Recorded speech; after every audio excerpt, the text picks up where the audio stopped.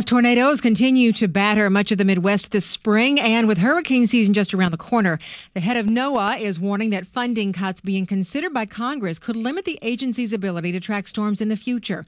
So is it possible Americans could soon be in the dark when it comes to major storm information? Joining us live now to talk more about this is NASAWatch.com's Keith Cowing.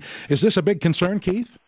Well, here in Washington every year when you have the budget battles, somebody's got to cut something, and some staffer comes up with a bright idea like, hey, let's delay this or cut that, and they never really talk to the people involved, and then it gets out, and then people say, why would you do that? So normally these things tend to get worked out, but, it requires a lot of people to, justify the need for weather satellites, which, I don't think anybody has to justify. What would be the specific impact of the Gulf Coast, Keith?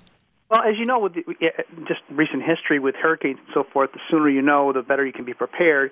And these satellites only have a finite life, and they have extra ones up there, but at some point you do need to replace them, and also just previous experience has shown that some additional features need to be brought on these satellites. So if you start losing your ability to see storms far out and then characterize them as they come in, people's lives will be at risk. It's as simple as that. Yeah, I was going to say, they've done tremendous amounts of money have gone into actually improving forecasting methods based on what they can see from the satellites, and it would just be wasted if they don't have the satellites to actually get the job done. Well, up here, inside the Beltway, they call it the logic-free zone, so you have to wonder why half the stuff ever even gets mentioned, because it never really happens. But, there is a new class of satellites that's going to be launched called NPOs, and Administrator Bolden, just a week and a half ago, was at a meeting in Washington. He referred to NPOs as his nightmare, as well as the nightmare of Presidential Science Advisor John Holdren. When he says nightmare, it's because of cost overruns, but also Congress getting into his knickers, so to speak, and telling him which way to do things. And the net result is that the costs just